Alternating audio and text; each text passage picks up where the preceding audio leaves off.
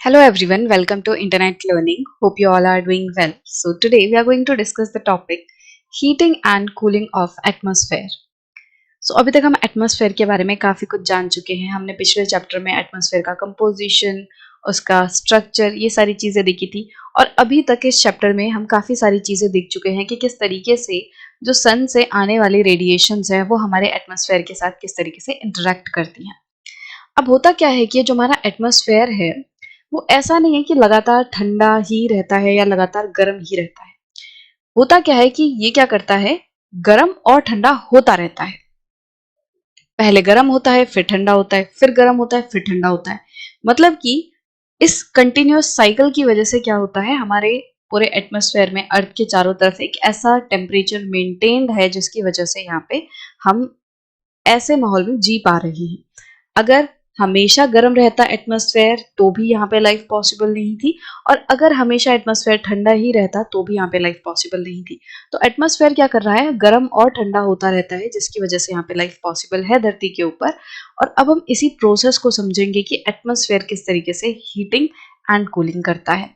There are different ways of heating and cooling of the atmosphere. तो atmosphere के भी गर्म और ठंडा होने के काफी अलग अलग तरीके हैं.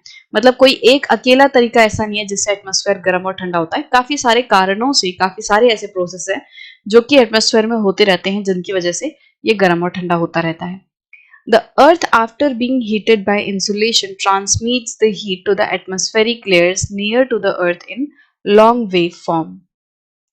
तो होता क्या है कि जो भी इंसुलेशन धरती तक आती है वो जब धरती से टकराती है तो उसकी वजह से अर्थ भी हीट अप हो जाती है, अर्थ भी गर्म हो जाती है. ठीक है. अब अर्थ खुद गर्म होने के बाद जब इन रेडिएशंस को लौटाती है तो वो लॉन्ग वेव की फॉर्म में लौटाती है. ठीक है, हमने ये चीज पहले पढ़ी थी कि जो इंसुलेशन है वो कैसे आती है, वो शॉर्ट वेव की फॉर्म में आती है. ठीक है, सूरज से आने वाली जो किरणें हैं वो शॉर्ट वेव की फॉर्म में आती हैं, और शॉर्ट वेव जो है उनके लिए हमारा एटमॉस्फेयर ज्यादातर ट्रांसपेरेंट की तरह काम करता है. तो ये इस तरीके से शॉर्ट वेव की फॉर्म में आ रही है. अब इसके बाद जब धरती का सरफेस गर्म हो जाएगा और इससे टकरा के जब ये रेज जाएंगी तो ये शॉर्ट वेव की फॉर्म में नहीं बल्कि लॉन्ग वेव की फॉर्म में जाएंगी. ठीक है, इस तरीके से. अब जब ये लॉन्ग वेव जाएगी अर्थ से निकलकर तो क्या होगा, अब हीट जो है वो अर्थ से निकलकर कहाँ जा रही है, एटमॉस्फेयर की तरफ जा रही है. मतलब पूरा प्रोसेस समझो कि सन से इंसुलेशन आई, उसने धरती को गर्म किया. अब धरती जो है खुद गर्म हो चुकी है, अब वो अपनी गर्माहट बाहर निकाल रही है. ठीक है, आप ऐसा समझ सकते हो. अब वो अपनी जो भी उसने हीट मतलब ट्रैप की थी या जो भी वो गर्म हुई थी, अब वो वापस से उस रेडिएशन को वापस फेंक रही है. अब जब ये रेडिएशन को बाहर फेंकेगी तो ये लॉन्ग वेव की फॉर्म में फेंकेगी, और ये जो इसके नियर वाले लेयर्स हैं, अर्थ के सरफेस के पास वाले जो एटमॉस्फेरिक लेयर्स हैं उनमें ये इंसुलेशन जाएगी, सॉरी रेडिएशन जो है वो जाएगी. एंड इसकी वजह से क्या होगा, ये जो लेयर्स हैं अब ये भी गर्म होने लगेंगे. अर्थ के पास के जो लेयर्स हैं वो उनमें भी क्या होगा, हीट बढ़ने लगेगी.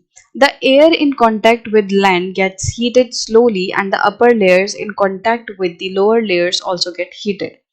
वो एयर के लेयर्स, वो एटमॉस्फेरिक लेयर्स जो कि अर्थ के सरफेस से एकदम कांटेक्ट में है, उससे जुड़े हुए हैं. इसका मतलब क्या है कि जैसे अर्थ का जो सरफेस है, जो जमीन है अर्थ की, इसके ऊपर ही हवा शुरू हो जाती है ना, इसके जस्ट ऊपर से ही हवा शुरू हो जाती है. ऐसा तो है नहीं कि कोई बीच में वैक्यूम है, इसके सरफेस के ऊपर क्या है, हवा ही है. अब होगा क्या कि जब अर्थ गर्म होगी तो अर्थ गर्म होने की वजह से इसके जस्ट ऊपर वाला लेयर है ये भी गर्म होता चला जाएगा.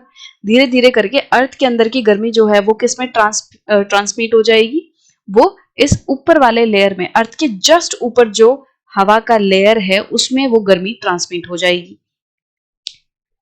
और इस लेयर के ऊपर जो लेयर होगा, इस लेयर के ऊपर जो लेयर होगा वो भी गर्म हो जाएगा, क्योंकि अब ये वाला गर्म जो है वो अपने में से हीट ऊपर वाले लेयर में ट्रांसफर कर देगा.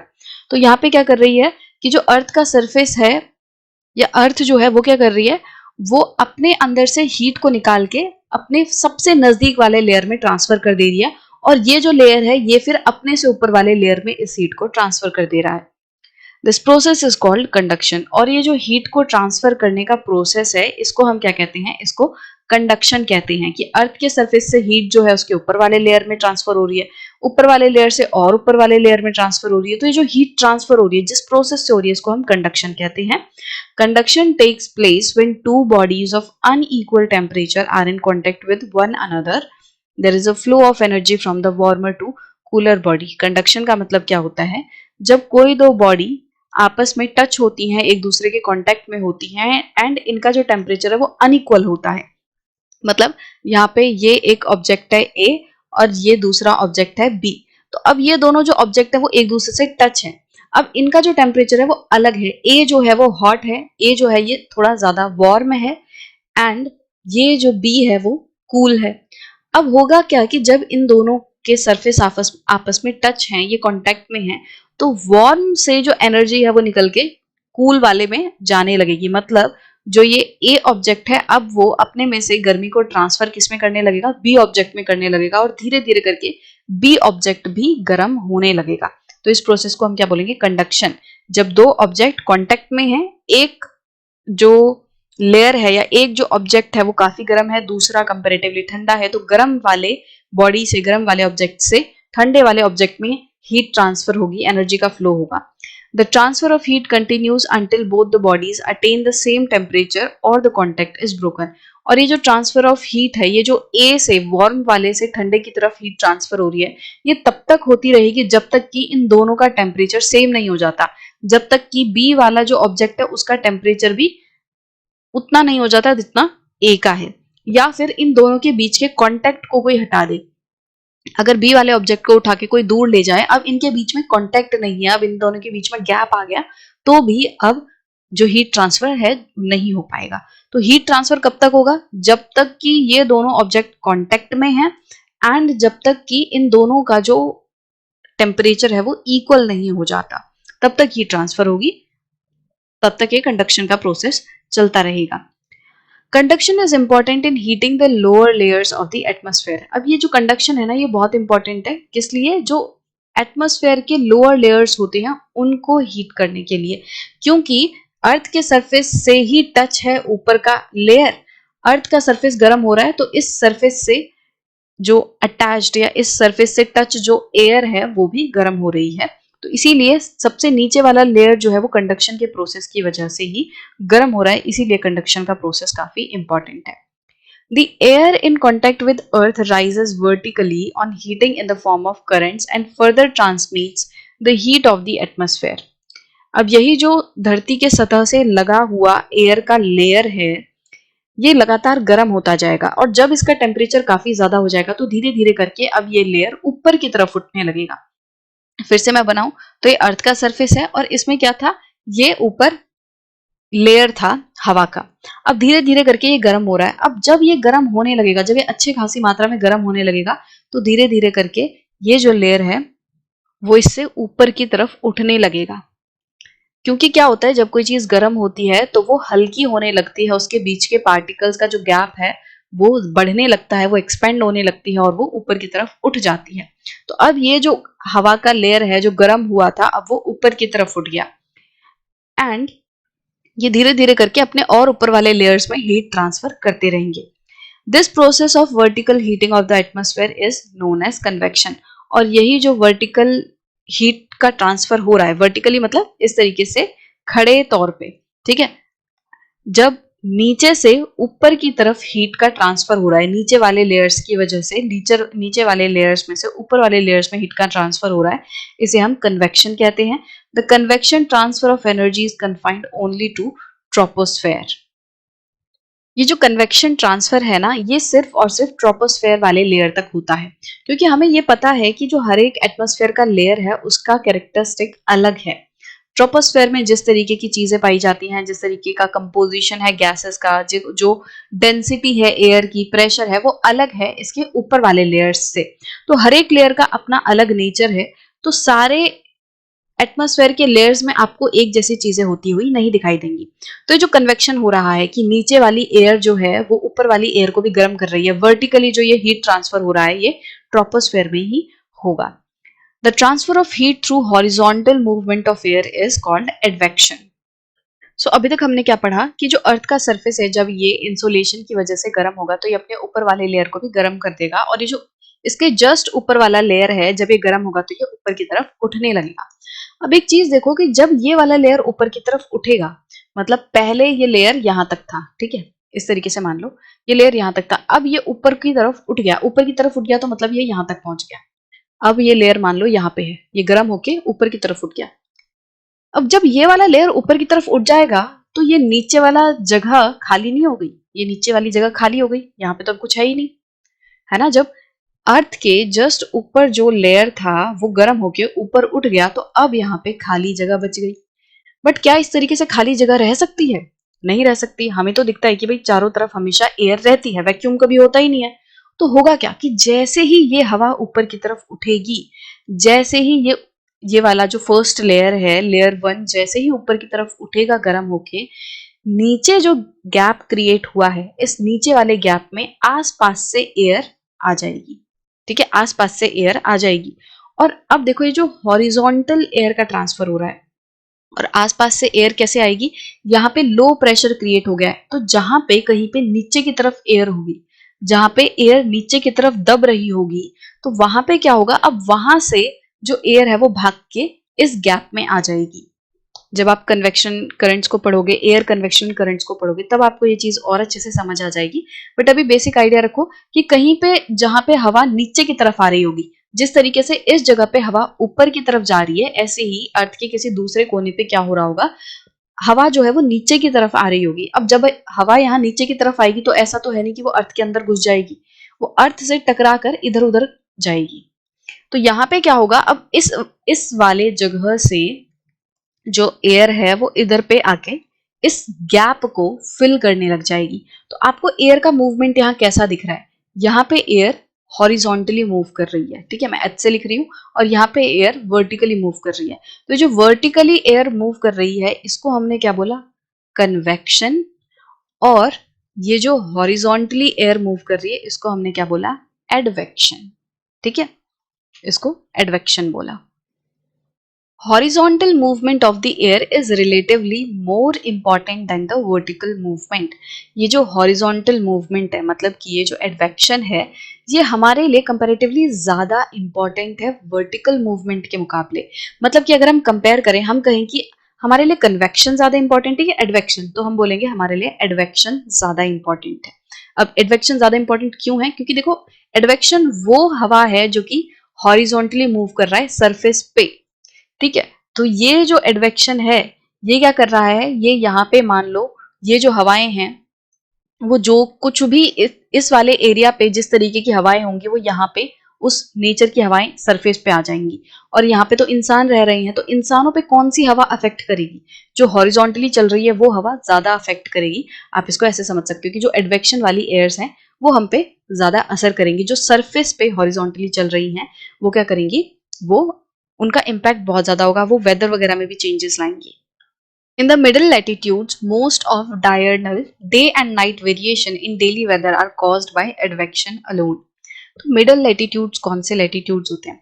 देखो, जो latitudes tropic of cancer and poles के बीच में होते हैं उनको हम मिड लैटिट्यूड्स कहते हैं। मतलब आप ऐसे समझ सकते हो, जो टेम्परेट रीजन होता है ना, उन वाले लैटिट्यूड्स को आप मिड लैटिट्यूड्स कह सकते हो। जैसे यहाँ पे ऊपर है, ये आर्कटिक सर्कल है, ये वाला आर्कटिक सर्कल है, ये ट्रॉपिक ऑफ कैंसर है, तो इसके बीच में ये जो लैटिट्यूड्स होंगे इनको हम मिड लैटिट्यूड कहेंगे।